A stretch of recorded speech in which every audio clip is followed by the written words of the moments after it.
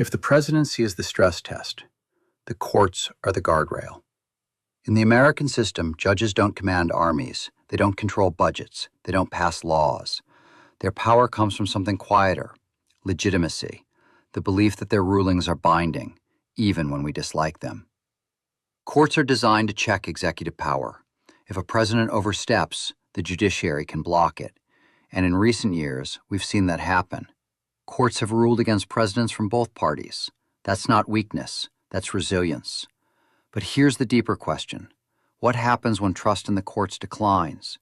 Because the judiciary doesn't enforce its own rulings. It depends on public compliance. It depends on institutional respect. In a healthy liberal democracy, people may disagree with court decisions, but they accept the authority of the institution. In an illiberal drift, courts don't disappear. They become politicized. Judges are framed as enemies. Rulings are treated as partisan acts. The public begins to see the judiciary not as neutral, but as tribal. And once legitimacy erodes, enforcement becomes fragile. Now let's bring this back to the United States. Are courts still issuing independent rulings?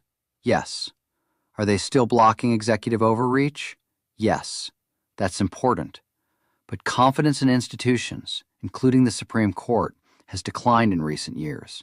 Polarization is rising, and when every ruling is interpreted through party loyalty, trust weakens. Here's the structural insight. Democracy doesn't collapse when courts rule.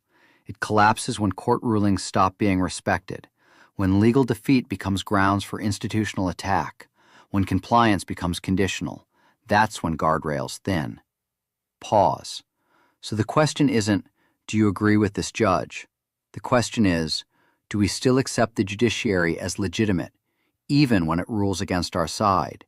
Because democracy requires losing, peacefully, repeatedly. Here's the guardrail test for this episode. Are courts independent? And more importantly, is their authority still broadly accepted? If yes, the system bends but holds. If no, drift accelerates. Next episode, we examine something less formal, but just as important: political violence and rhetorical normalization. Because institutions weaken slowly, but norms weaken first.